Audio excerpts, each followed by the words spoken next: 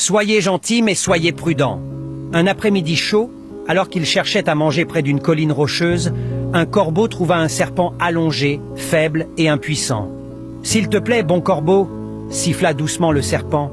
J'ai soif depuis des jours. Le soleil me brûle le dos et je ne peux plus bouger. Le cœur du corbeau fut touché. Sans réfléchir, il s'envola jusqu'à la rivière, remplit son bec de quelques gouttes d'eau et revint encore et encore, jusqu'à ce que le serpent reprenne des forces. « Merci, gentil corbeau, dit le serpent. Tu m'as sauvé la vie.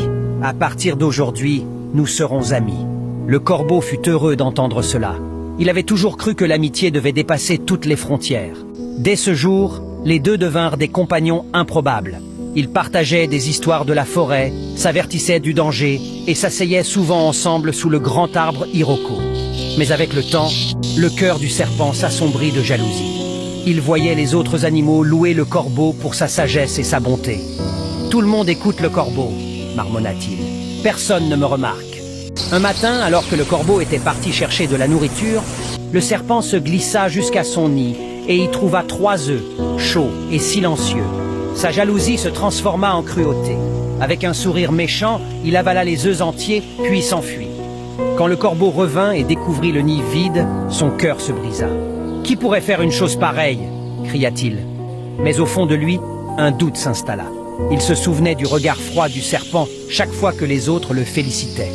Cette nuit-là, le corbeau fit semblant de dormir dans son arbre. La lune brillait haut dans le ciel. Incapable de résister à sa faim, le serpent revint. Au moment où il s'approchait des nouveaux œufs, le corbeau fondit sur lui pour les défendre. Une violente lutte éclata. Le serpent, acculé, finit par le mordre avant de s'enfuir dans la brousse. Faiblement, le corbeau sentit le venin se répandre dans son corps. Il murmura « L'amitié construite sur le mensonge et la jalousie est pire que l'absence d'amitié elle-même. » Avant de mourir, il grava sur un morceau d'écorce ces derniers mots. « Soyez gentils, mais soyez prudents. Tous ceux qui vous appellent amis ne le pensent pas toujours vraiment.